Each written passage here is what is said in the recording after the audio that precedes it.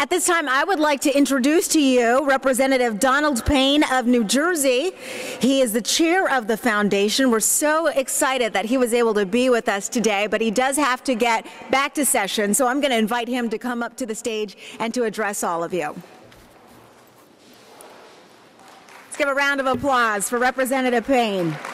Let me thank Shanae Simpson, our great telecaster here on Channel 7 here in Washington, D.C. It's really a pleasure to get a chance to meet her. I know that you are busy getting your lunch. Someone wanted me to know whether we wanted to stop you. I said, no way. Continue to get your lunch, but I do have to get on to some other events here this afternoon, and we will have some outstanding people coming, as you know, to attend this. Good afternoon, and thank you for coming. This year we're celebrating 40 years of the annual legislative conference. My name is Congressman Donald Payne, and I'm the newly elected chairman of the Congressional Black Caucus Foundation. And many years ago we've heard the saying, thank you very much, thank you. We've heard that saying that we've come a long way, baby, but we still have a long way to go. Let me take a look back to appreciate just how far we've come. For a little bit of history, we know that actually the first conference wasn't really a conference. It was in 1970 when 13 men convened a dinner meeting to discuss shared concerns about the state of Black America and their legislative agenda to address those issues. We actually had, and I'm going to go off the script for a second, but we just had two of them come in. One of them's moving around right now, but as he's standing, let me introduce Congressman Ron Dellums, who is one of the founding persons, Congressman Fauntleroy here from the District of Columbia, and Congressman Kwesi Mfume, all of our members who have served previously in the United States House. Oh Lord, Congressman Floyd Flake from the great state of New York. Well, well, well, isn't this a wonderful surprise? As you know, the story goes, and men sat around the table like we do on Sundays to discuss things that were going on, problems we were having, who's going to pay Shakir's tuition this semester, who's going to help Ray with her unruly kids, and who's going to help Ann and little Bobby with loans for the house. That's how great the way we were as folks coming around the table to discuss our problems. And that's what the Congressional Black Caucus founders did back in 1970. Conference was, all intent and purpose, was a small gathering of like-minded visionary leaders driven by the desire and vision to move Black America forward. And you can see, even though they were a small number, they made a lot of noise and commotion. They still are doing it, and it's always great to see them. This meeting led to the creation, and they know better than all of us, creation of the Congressional Black Caucus, which then led to the CBC's fundraising banquet, which then led to the CBC's annual legislative dinner.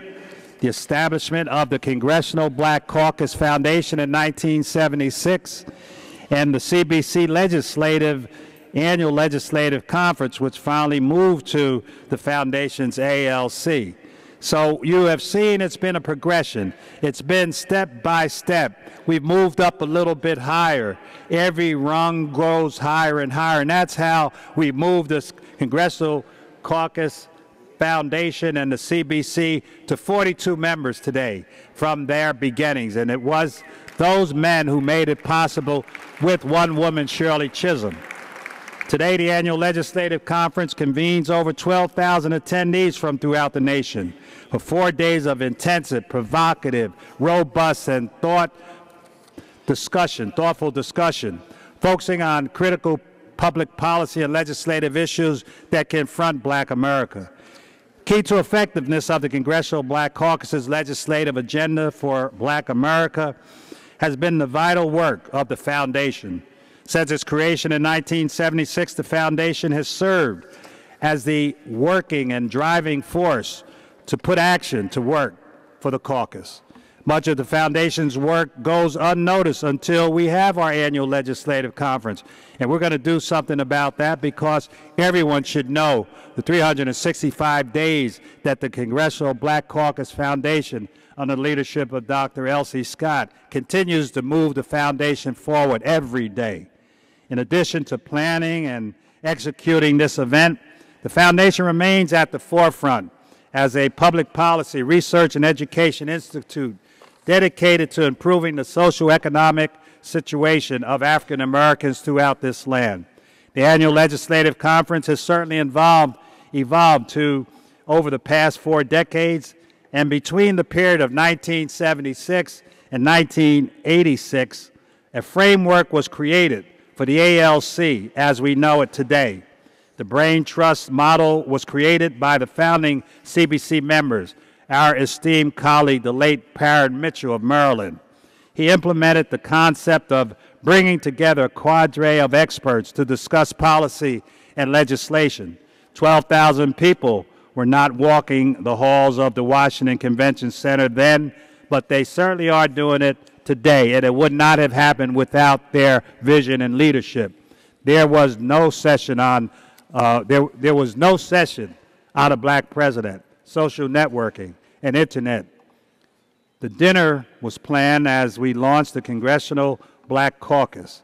And when the first dinner was held, it was hailed as the first time in the history that a fundraising affair of this magnitude had been successfully launched by blacks, for blacks, and led by blacks.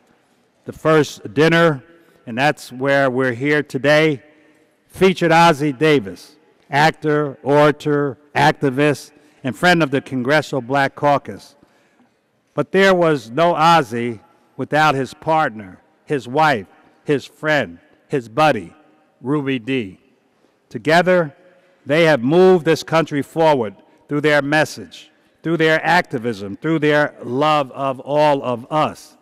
We are so honored to have her with us today, and you'll be privileged to see her a little bit later in this lunchtime activity. The theme of Ossie's speech back in 1971 was, "It's not the man, it's the plan." His message to us was, come up with a plan of action for blacks that is simple and strong, but can be carried in the hearts and the head of all of us. That saying still holds true today. It's not about me. It's not about you. It's not about any of us. It is about what we can do for our people.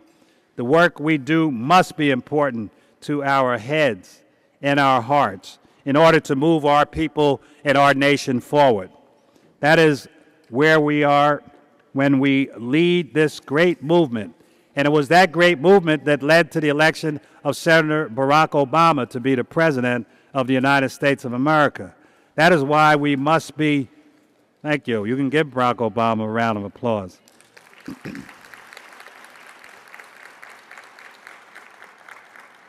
This is why we must say we must work to improve the high school graduation rate, to enroll our children in vocational schools and colleges, to end violence, particularly in our cities, to eliminate health disparities, to create jobs in our community, to make this country a better place for all. The work we do must be important to our heads. We need to invest in prenatal care, early childhood education, high schools that turn out scholars, scholarships that are affordable. So together, we must convince all lawmakers to invest in our people. We are losing ground and we'll never reach that level of prosperity that we have if we don't all come together and work together. So this conference is about strategy. It's about doing what Parent Mitchell said, that we must continue to move forward. It's about what Ossie told us to do at that first dinner in 1971. Once again, it's not the man, it's the plan. So let's remember our history, but we can't live on history. We must get our job done for the future. Now is the time to carry this battle forward. We will be onward soldiers, on to victory. Let me thank you all for your attention. Thank you very much, and welcome. All right, I know everyone is hungry, so we're going to keep this program moving right along, but let's give another round of applause and thank you to Representative Payne. Very much appreciate his work with the foundation. And I'd like to also take a moment to acknowledge Congresswoman Diane Watson of California, who is with us this afternoon. So pleased that you could be here. And now to bless this occasion, I'd like to welcome Reverend Walter Fauntroy. He is a former and founding member of the CBC, serving as delegate in Washington, D.C. from 1971 to 1991. And he was at the first dinner in 1971. I understand he hasn't missed hardly one since then. So ladies and gentlemen, please put your hands together to welcome Reverend Fauntroy.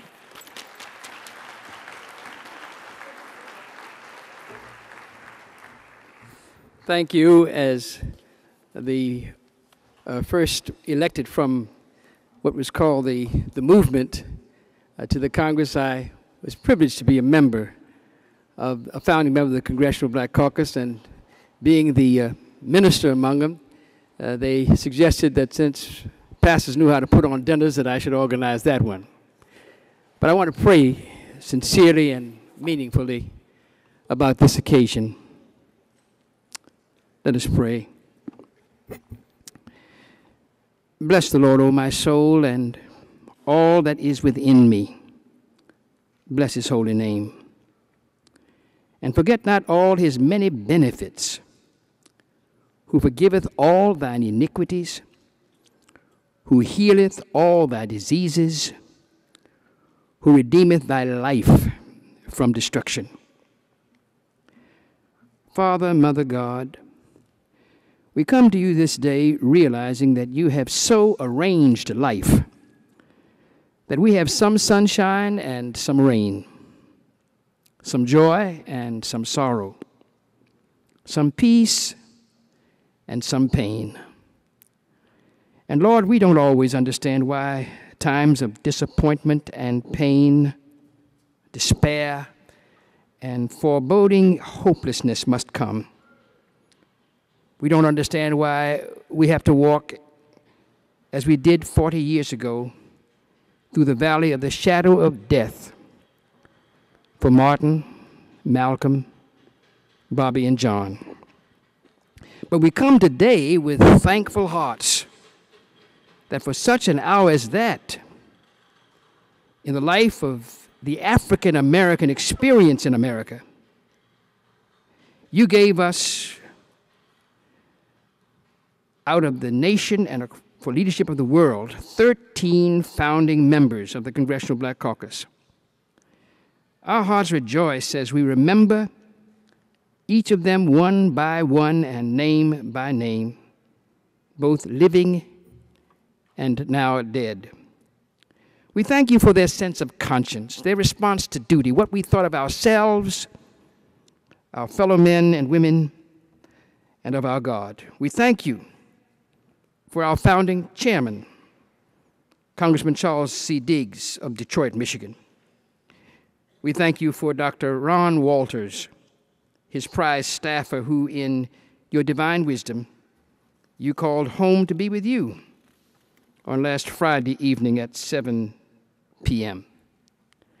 We thank you for the memory of that first workshop leader that we had, Alex Haley, who for 2.5 hours mesmerized all of us with his riveting account of the book that he was writing about his roots, thus sparking in each of us the burning desire to trace our own. We thank you for the memory of our first Congressional Black Caucus speaker, the noted actor and pioneering producer, R.C. Davis.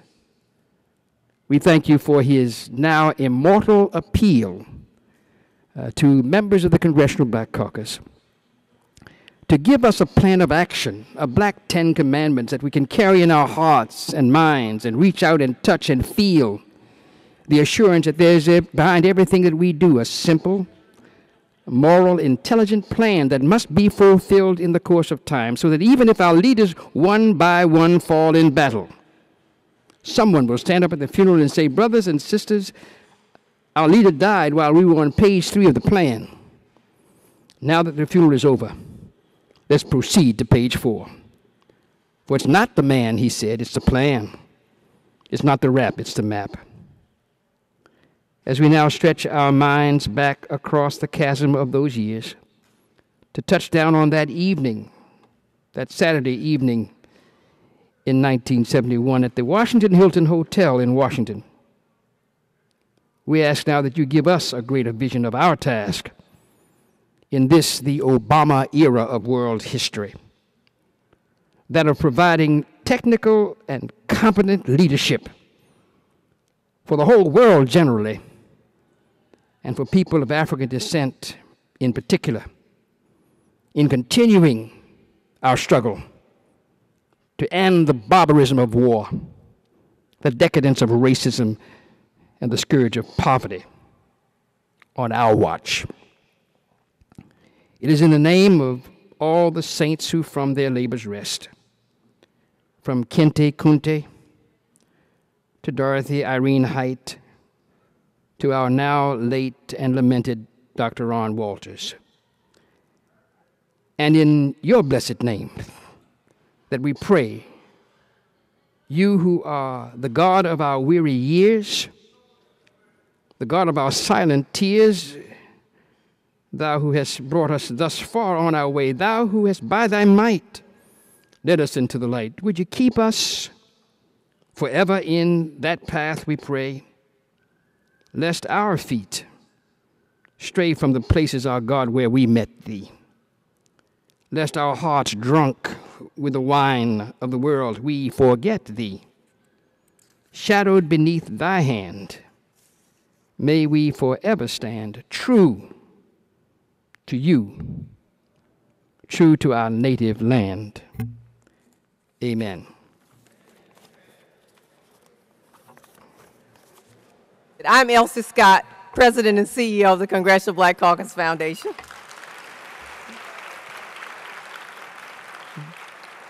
I know a lot of you know me, but everybody out there may not know who I am, so I better introduce myself. So as I was saying, that we are very fortunate at the foundation to have a lot of good friends in the corporate world. And one of those friends is McDonald's. Jimmy Williams serves on our Corporate Advisory Council, and he does an outstanding job, and we want to thank Jimmy for your partnership.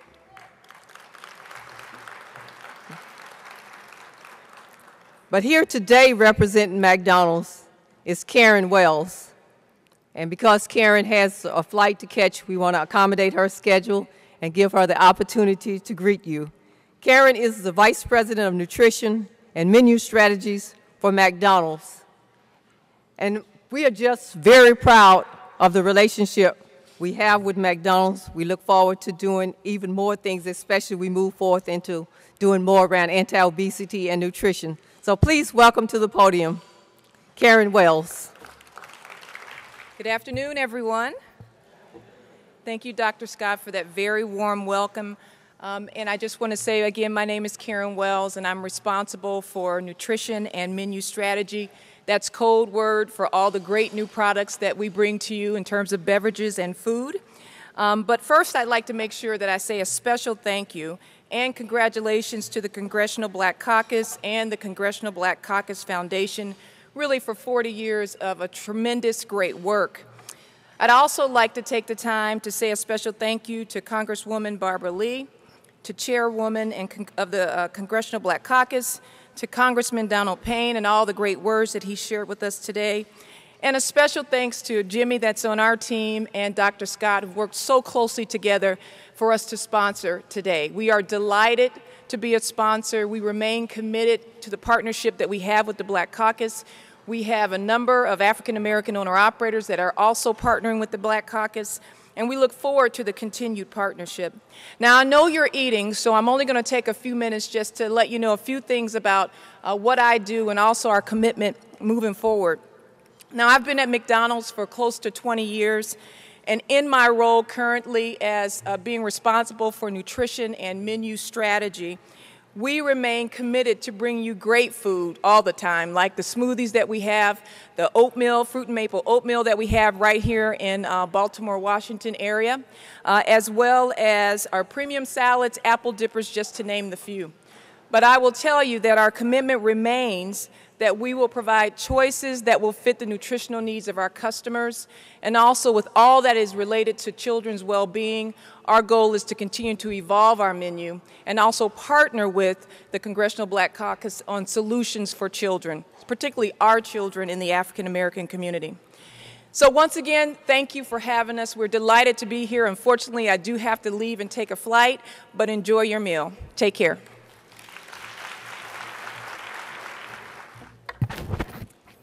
Hey, thank you, Karen, and thank you, McDonald's.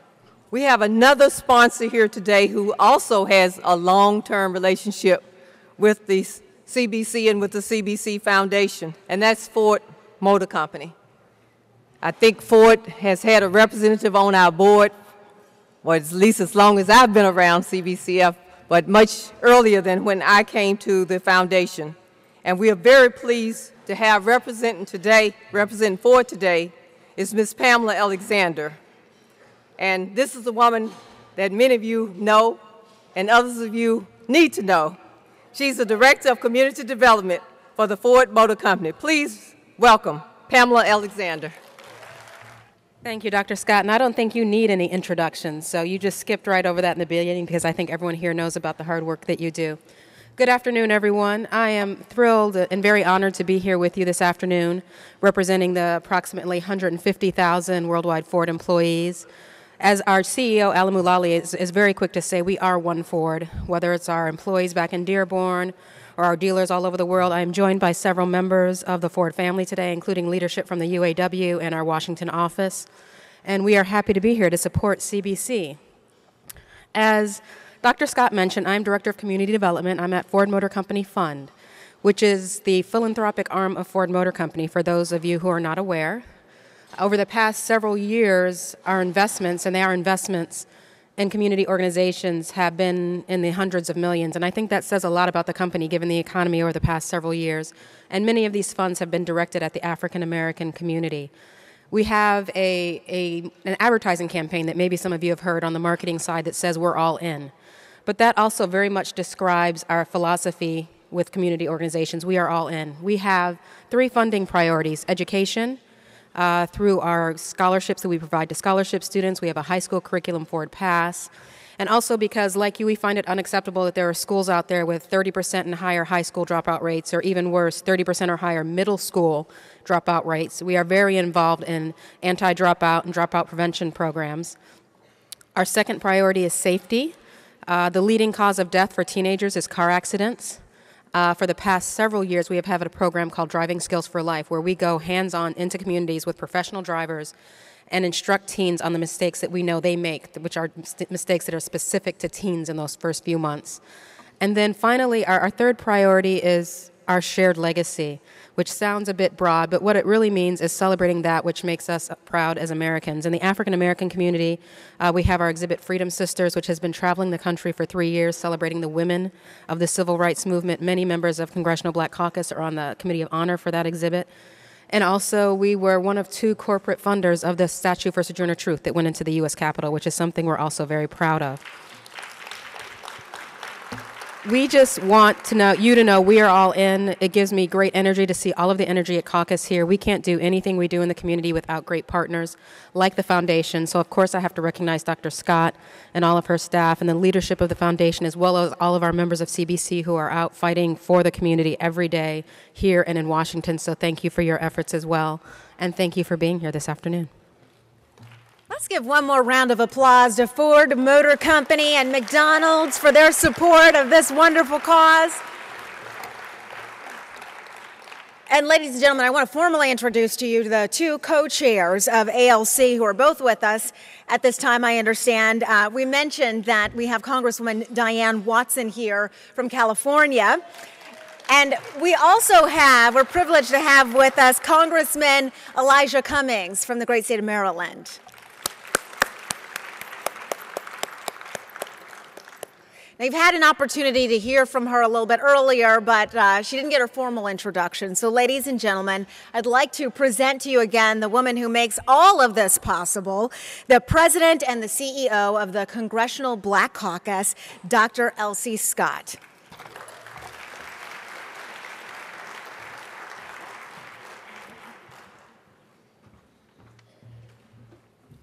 Thank you, Sine. You know, when you serve as president of the foundation, you have to always be very flexible. Those of you who work around members of Congress, you know you have to be flexible because they call votes and they do everything else, and so people come in and out. So what we will do today is we will be flexible. We're expecting other members of Congress to join us later. We especially expect to see our chairwoman of the CBC, Congresswoman Barbara Lee from California. She should be joining us soon. But I wanted to just give a few remarks about why we are here today. This was a new lunch. We haven't had a lunch on a Friday before. But I asked to incorporate that this year since we were celebrating the 40th year of the ALC. It was 40 years ago that some of our founders who are here today, Congressman Fauntroy, Congressman Rangel, Congressman Dellums, called people together from around the country for the first time and started this whole thing of the annual conference. And back at that time, it was called the Black Caucus Weekend. And it really caught on. You know, who knew that when it first started that it was going to catch on and continue for 40 years? So what we wanted to do was to have a luncheon that was included in the registration package where we could let people come together and reminisce about the old times, as well as invite the young people to teach them something about the history of the ALC, the history about the CBC, and the history of the CBCF. And I'm very pleased to be a part of the foundation at this point in history. As we reflect back on that gathering 40 years ago, and I applaud the founders of the CBC for calling people together. And I know the members of the CBC will be recognized later, but we have one of the founding members who's still sitting in the Congress, and I know he may have to run out to a session, so I just want you all to recognize Congressman Charles Rangel from New York City.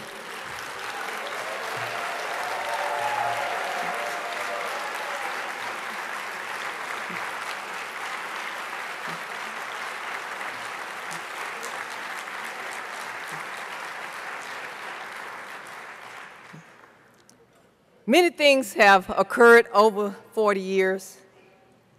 I would also like to recognize all the people who were at that first dinner. Please stand. All the people who were at that first dinner. Thank you.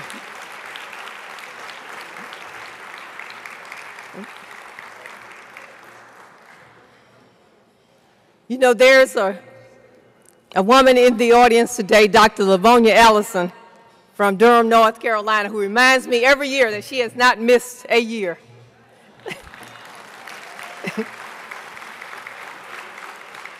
And she asked me, when are we going to start recognizing? So I am recognizing the people who have been around, have supported us over the years.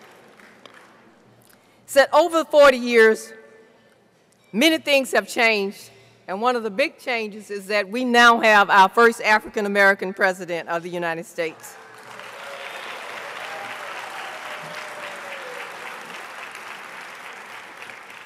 Over 40 years, we've had African-Americans win Oscars, win Emmys, Tonys, and Grammys. We've had white kids turn up the bass by turning to rap music, and often competing with what we thought we had a lock on music. Yes, things have changed. We are now caught up in the digital ways of communication. That CBCF is on Twitter and Facebook. And we urge all of you, if you are on Twitter or Facebook, to please post while you're here at the conference so that people can recognize what they are missing and want to come next year. And then we have staff that are participating in posting on Twitter and Facebook, so you can also follow some of the things that you are not able to attend. You can go to Facebook or Twitter and find out about many things that are happening here at the conference. But while we celebrate 40 years of progress, we also recognize that racism is still alive. This morning we gave the Sojourner Truth Award to Shirley Sherrod, who brought it to bear that racism is still around. And we have to recognize that, and we have to recommit to fighting racism in all of its forms. At the CBCF, we are about developing the next generation of African American leaders. With your support, with your assistance, we will continue to try to groom the next generation. We will also continue to try to provide this conference, forums, policy papers, policy briefs, and other information that will help to keep the African American community engaged. Because we are in an election year this year. It's a very critical election. Often people don't pay much attention to mid-year elections, but we must wake up and make certain that we go out and vote.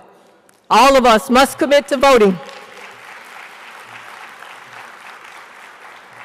And after we vote, we have to commit to supporting our elected officials. They need to hear from you. If other people are making their opinions known, and so we need to make certain that we are heard. And I would like to salute the founders of the CBC. We have Ron Dellums here today.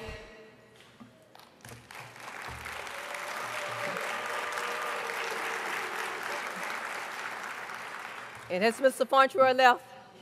Okay, Walter Fontroy.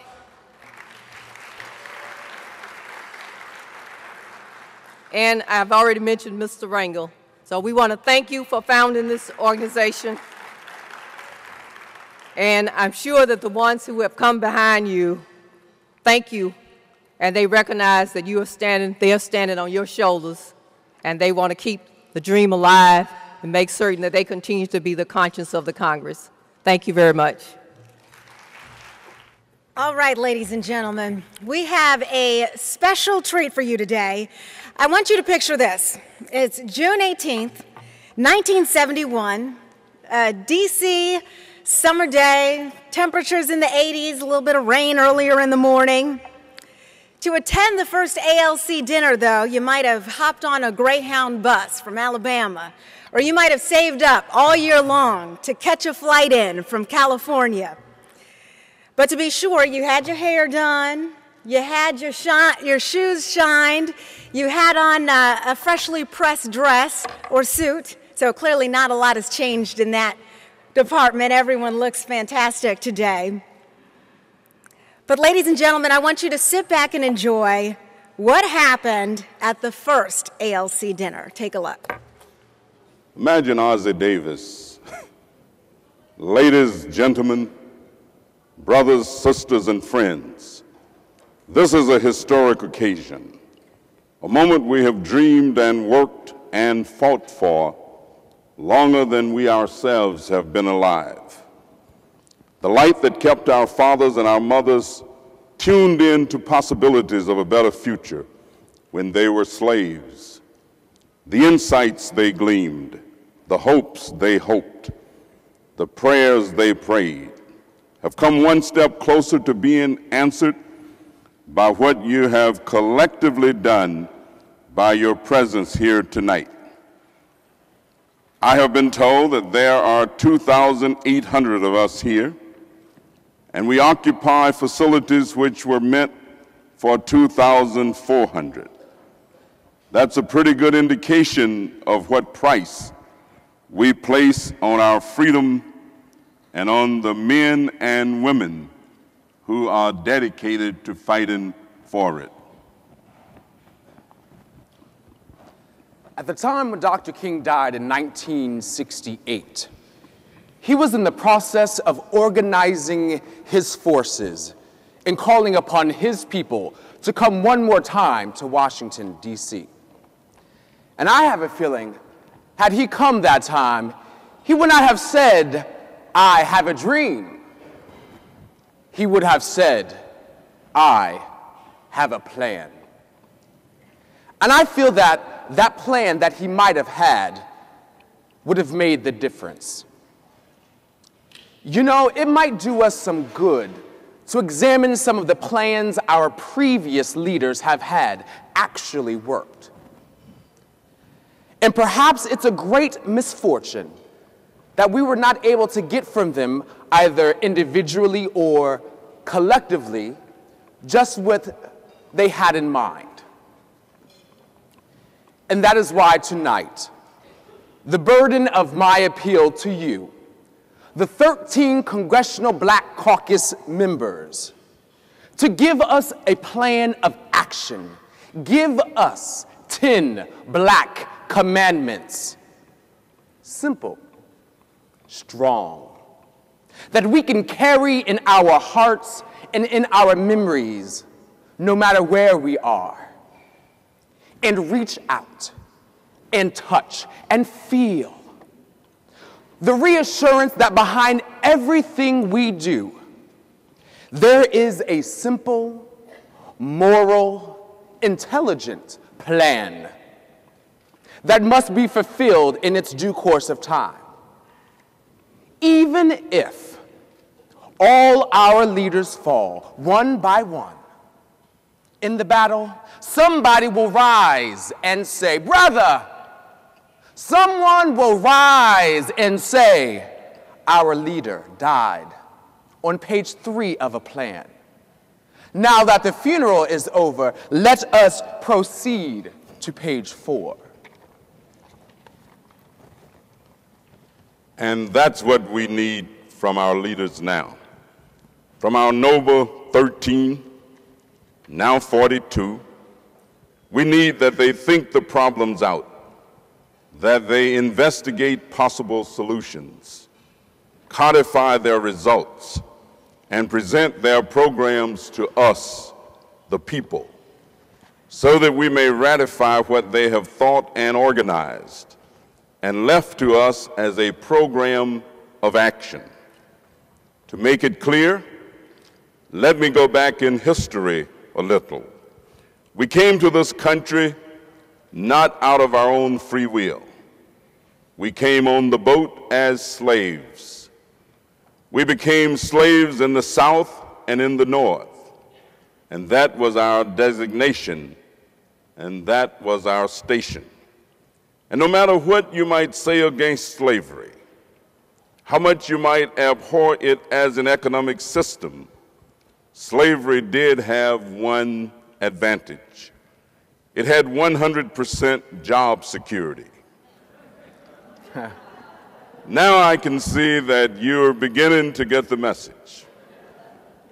Well, when we had the Second American Revolution in the 1860s, and we wiped out slavery, we changed the title of our labor, but we didn't change the constitution of it very much. We stopped being slave labor, but we became cheap labor. And all the jobs that nobody else wanted to do were the jobs that were ours by right. We had a right to the dirty jobs. Nobody could stop us from cleaning out the John. Nobody stood between us and cooking the grits for Miss Ann in the morning. Nobody stopped our PhDs from hustling baggage down at the Pennsylvania station. All of the dirty jobs, the hard-working jobs, the unskilled jobs were ours. All of the jobs at the bottom of the pile were ours. And as long as we were content to stay at the bottom, there was a place for us in America, economically, politically, socially, and otherwise. And sometimes when we forgot that place, there was a cadre of friends of the black people called the Ku Klux Klan. whose job was to remind us of what our place was and to put us back there. But however horrendous that place was, it did offer us some kind of economic purchase in our country. And out of those small jobs that we did have, we could send our children to school. We could build our churches, establish hospitals, establish newspapers, organize our social clubs. There wasn't much that we had, but what little we did have to help keep us going, and it did keep us going as a people. Members of the Congressional Black Caucus, that you may be called upon to prove once and for all that work is an outmoded commodity in America, that men deserve dignity and an income and a definition as valuable citizens, whether they have a job or not. It may be that you will have to redefine work, citizenship, ownership, property, and a totally brand new life. That may be your assignment. That may be what history requires of you. Brothers and sisters, I repeat, it is not the man, it is the plan. We've had great leaders, and we love them, we admire them. They brought us where we are. But rhetoric will not do it now. Rapping alone will not make it. What we need from you, our honored leaders, and I use that word advisedly, our honored leaders. What we need from you are your best thoughts, your sincerest dedication. We need from you a reassurance that there is a new political alignment in the Black community now. We no longer elect our leaders by the value we find they can bring to us, or the goods that they can bring to us in the white community. We elect our leaders who represent what we are and what we can do. And if we can spend $250,000 on a dinner like this here, there's a lot we can do. I think, for instance, the Black Caucus should have a dinner like this in every major city where blacks are gathered. I think it would be good if we could be seen in the black communities by black people, so that blacks in all areas, in all cities, can participate like you participate here tonight.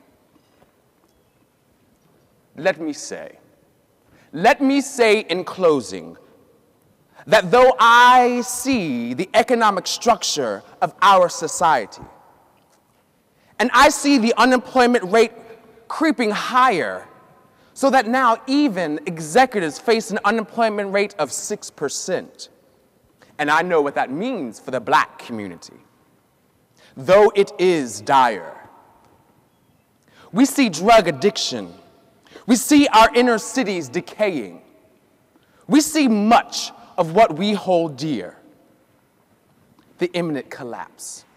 Still, congressmen, black congressmen, you are not without power, even at this moment. Ladies and gentlemen, brothers and sisters, I think I've said enough. There's much that could be talked about tonight, but we are here, and the fact that we are here is itself eloquent. This is a dinner that could have been served without a single word, because we all know the historical significance of just sitting, looking, talking to each other of what this moment means. You should be somewhere where the listening devices are tuned very high. But all I'm saying to the world, all I'm saying to that cadre of black leadership is that we want a plan. We want a plan so simple, so easy to remember, that we carry it in our heads so that if the storm of oppression should wipe us out, all out but one family, and that family was crouching somewhere in the dark, one brother would reach out to another and say, "Hey man, what's the plan? Let us plan the whole thing out. Give everybody an assignment and hold him strictly responsible if he does not carry it out." That's what is called for. We are capable of doing it, and now is the time to just do it.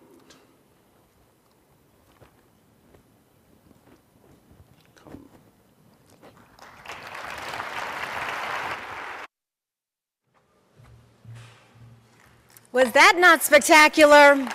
Let's give another round of applause to Representative Danny Davis of Illinois and Henny Boone, who was a 2009 CBCF Performing Arts Scholarship recipient. Really an amazing performance, absolutely. And that performance really gives voice to why we continue to do this year after year, now 40 years in. Now, I got to tell you, the first national banquet was here in Washington, D.C. The event was $100 a plate, and over 2,700 people attended from all across the country. Mr. Ossie Davis gave this speech that you just heard, and it is still regarded as one of the best speeches of all time. So again, let's give them another round of applause. And I'd like to recognize someone very special who is with us this afternoon. We have Ms. Ruby Dee with us today. Let's give her a round of applause as well. So glad you could join us.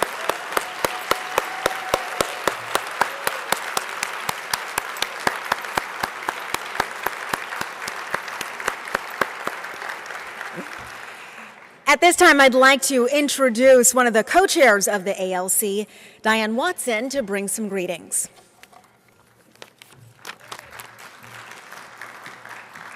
Good afternoon. You do not know how thrilled we are to look out and see your faces. What I see are people out there who are committed to our mission. And our mission is to lift as we climb, but we're climbing towards prosperity. Every single day that we are here working in the Capitol, we stand on the shoulders of those men and that one woman that you saw. And they created a caucus. It is really a national discussion for us to bring the issues and for you to respond to them. So when we see you gather with us, usually in September of the year, we know that we will get that response and we will get that support so that every policy that is made here in Congress reflects your benefit. And I want you to clap for yourselves. We need you to talk to your Congress representative. Let that person know what it is that is happening in your home state, in your county, in your city, but in your community at large, so that we can respond as we make public policy. Now, it is just unbelievable that we have a president by the name of Barack Kareem Obama. 5 years ago, would you have thought that? We didn't know who he was, but I myself feel that there is something very spiritual about Barack Kareem Obama being president of these United States. Now, we've come a long ways, but we still have a distance to go. And every day that we serve here, we then know that we have much work to do. And I don't want you to miss that at the top of your news is something about the Black Caucus. I wish it was all positive and good, but you know, they love to carry stories about what we do. And they usually take a very negative stance. So you're here as our supporters. And I want to thank Dr. Scott for her leadership. Let's stand up for Dr. Scott and give her a hand. Where is she? You know, she moves around. There she is. Stand up, Dr. Scott. Thank you for your leadership of the foundation. You know, the foundation puts this on, and she'll start on Monday working on next year, the 2011 caucus. It takes a lot of work, and it takes convincing this country that we have something to say and we're on a mission. Every day that we wake up and breathe, we're on a mission in this country, because there's one thing that holds every black person together in a common pool. We all came over as slaves. Now, there might have been indentured servants. That's just a high-class way of referring to the person who provides you service at your will, not theirs. That common bond brings us together today. And I want to have the men, because that woman who you saw is no longer with us in flesh, Shirley Chisholm, but the men who I'm going to introduce you to are here with us. The founding members and past members. And I want you to not only stand, but I want you to stand in front of the room. So as I call you, would Ronald Dellum step forth? And you saw his hair was black. Would he turn around and face your audience? Let's give him a big hand. And we know that every hair on your head has a story. And then Floyd Flake. Where's Floyd? Is he still here? All right. Kwasi and Fumi. Kwasi. There he is. Still with black hair, Kwasi. You're cool. Walter Fauntleroy. Where is Walter? He was here too. But there's a man here that is currently with us. We love him, we celebrate him, and he is a master of leadership. Charlie Rangel, they can say nothing against you that we ever believe. Come on and take your proper place. And sitting next to him is Danny Davis, and Danny, you come up. Danny, please come up. Now, I want you to know something. There is not a leader standing in front of you that has not, at one time or the other, had to deal with negative press. It goes along with the job. And they like to target us. We're people of color. We've always been the targets. But they come at their own risk, and they have to work. They don't just happen here. They work to be here. And they work every single day that they're here to represent you and the rest of America. So I want you to treat these people in the way that they deserve. They're dignified, intelligent, thoughtful, and effective leaders, and they proved it by being elected time and time again. And yes, rush up and take your pictures. And you know what? I'm gonna do something, and they're gonna say, now listen, Watson, but I want you, when you get your pictures developed, to send them one and have them send you one back autographed. All right? So you find out how to get in touch with them. You know, their name, Google them. You'll find them. Because these are your leaders. These are your representatives, and we're so proud of them. And I cannot thank them enough for giving and lending their shoulders for us to continue to stand on. Congratulations to you. We're honored to be among you. We sit, my friends, with kings and queens.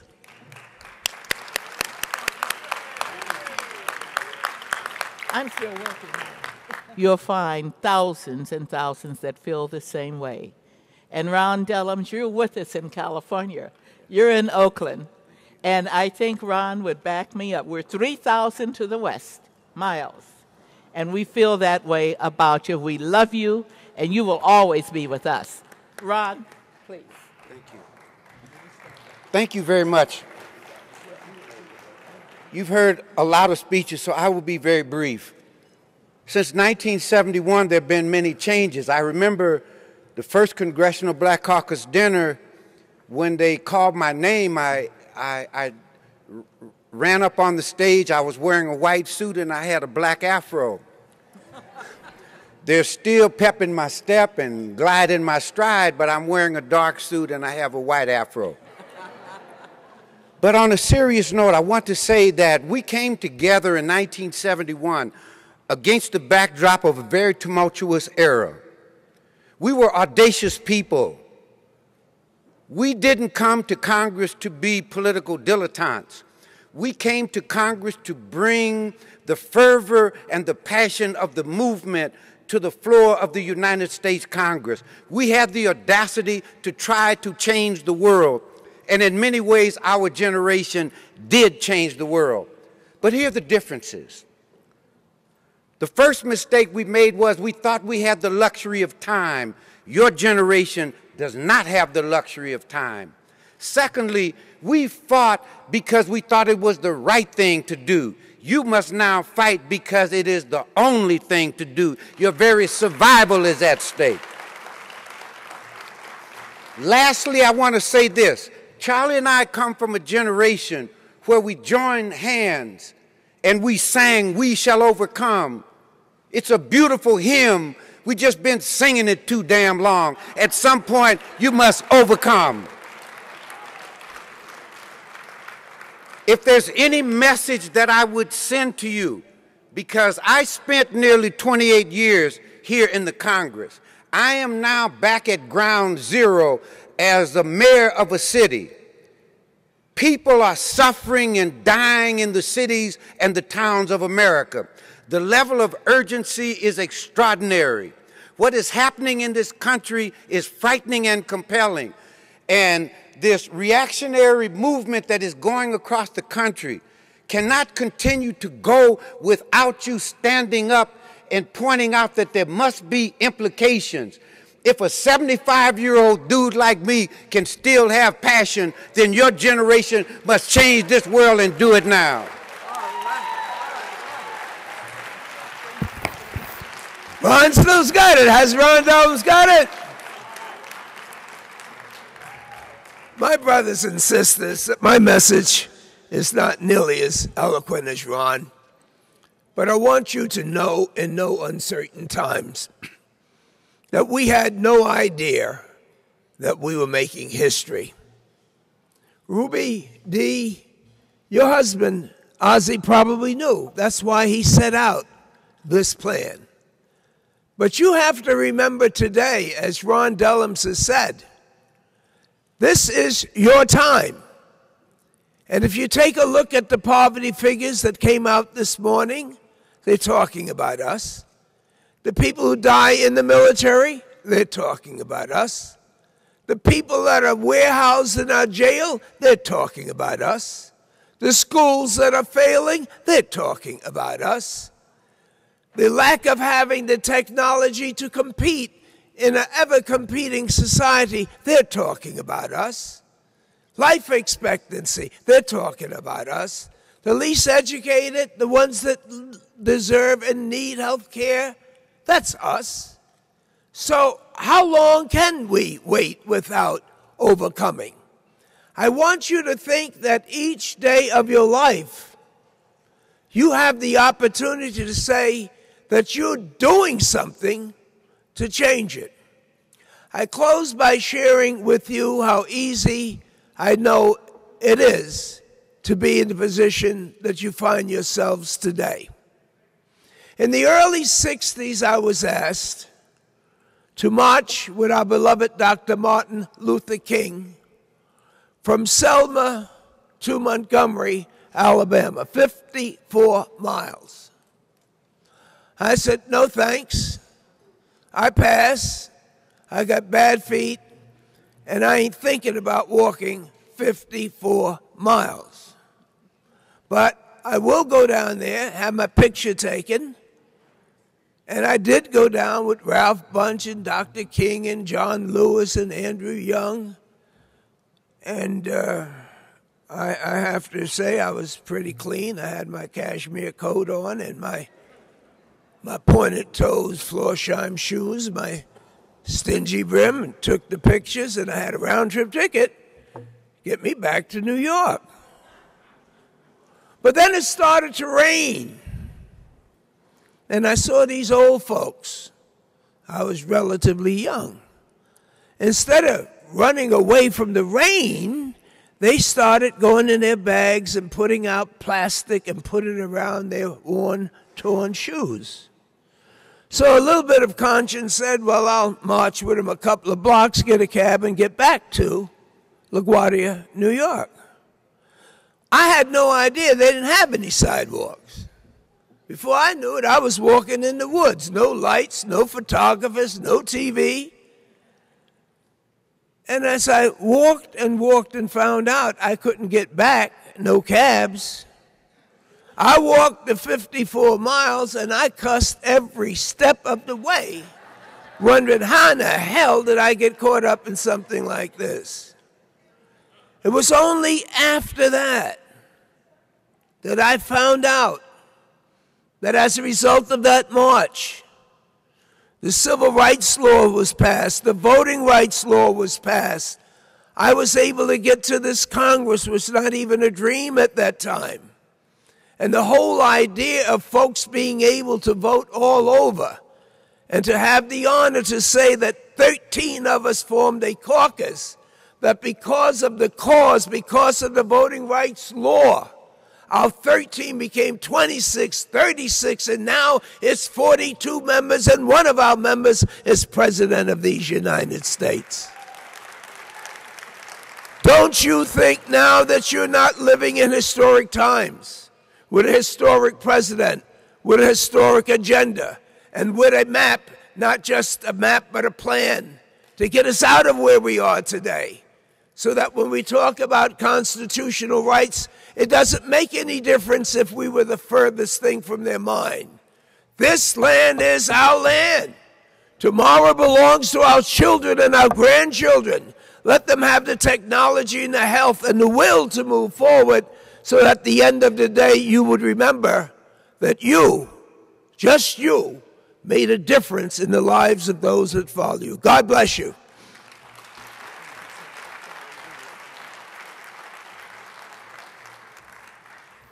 As we adjourn this luncheon, I just want to say to Dr. Scott, let me see who.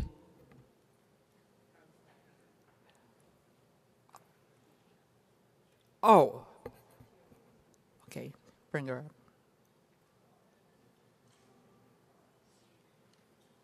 Oh, Ladies and gentlemen, our leader for the 2010 annual caucus, our legislative forum, and our dinner has just arrived. Now, let me say this: never late, always on time when you deal with us. Because I thank Barbara that I had on my list 106 or 7 workshops and any number of other events around this week and weekend. And guess what? Barbara has to show she is our current chair. And so I want you to give her, in just a moment, the proper welcome. But before I call her up, I want you to know a woman that comes from Egypt that served in the parliament. You know, Egypt is on the continent of Africa. So Dr. Lila Tackler, would you wave, please? And she is she might be small, but she is a fearless fighter for human, civil rights and justice, and she chose to be with us over this period of time. And we take such motivation from you. And I'm looking out there, I'm seeing Holly Mitchell, who worked for me. And I said, Holly, it's time, and she's running for office. She'll be in my place one day. And Barbara, where are you? Come, let's give a hand and a standing ovation to the hardest working chair of the Congressional Black Caucus there has ever been, Barbara Lee.